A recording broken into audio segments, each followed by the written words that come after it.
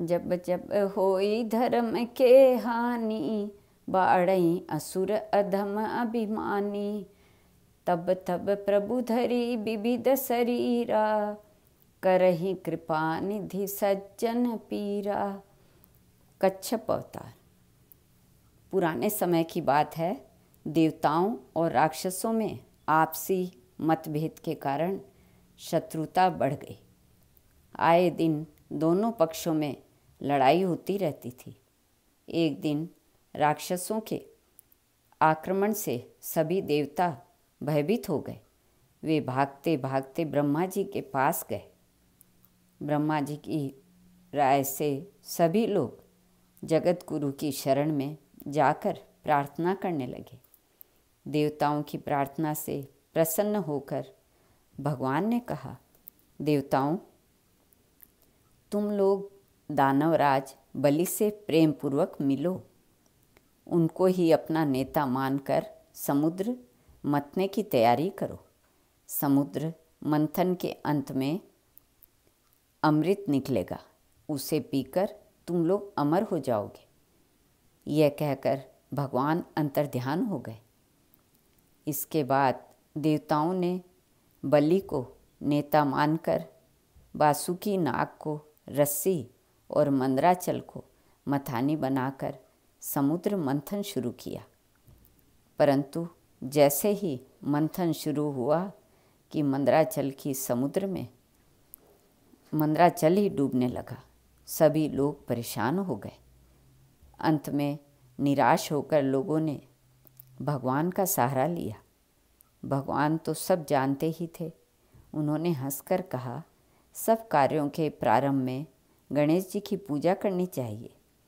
बिना उनकी पूजा के कार्य सिद्ध नहीं होता। यह सुनकर वे लोग गणेश जी की पूजा करने लगे। इधर गणेश जी की पूजा हो रही थी, उधर लीलाधारी भगवान ने कच्छप रूप धारण कर मंदराचल को अपनी पीठ पर उठा लिया। तत्पश्चात समुद्र मंथन शुरू हुआ। मथते मथते बहुत देर हो गई, अमृत न निकला। तब भगवान ने सहस्त्रबाहु होकर स्वयं ही दोनों तरफ से मथना प्रारंभ किया। उसी समय हलाहल विष निकला, जिसे पीकर भगवान शिव नीलकंठ कहलाए।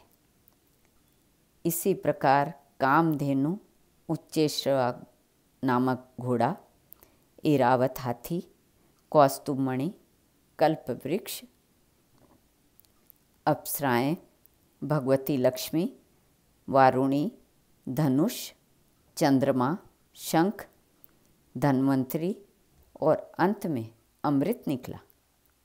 अमृत के लिए देवता और दानव दोनों झगड़ने लगे। तब भगवान ने अपनी लीला से अमृत देवताओं को ही दिया। अमृत पीकर देवता लोग अमर हो गए। वे युद्ध में विजयी हुए। विजयी देवता बार बार कच्छप भगवान की स्तुति करने लगे। उनकी स्तुति से प्रसन्न होकर भगवान ने कहा, देवताओं, जो लोग भगवान के आश्रित होकर कर्म करते हैं, वे ही देवता कहलाते हैं। उन्हें ही सच्ची सुख शांति और अमृत या अमृत तत्व की प्राप्ति होती है। किंतु जो अभिमान के सहारे कर्म करते हैं, उन्हें कभी भी अमृत की प्राप्ति नहीं हो सकती। यह कहकर भगवान कच्छप अंतर्ध्यान हो गए। भक्तों के परम हितैषी कच्छप भगवान को हम नमस्कार करते हैं। श्री कृष्णार्पणमस्तु।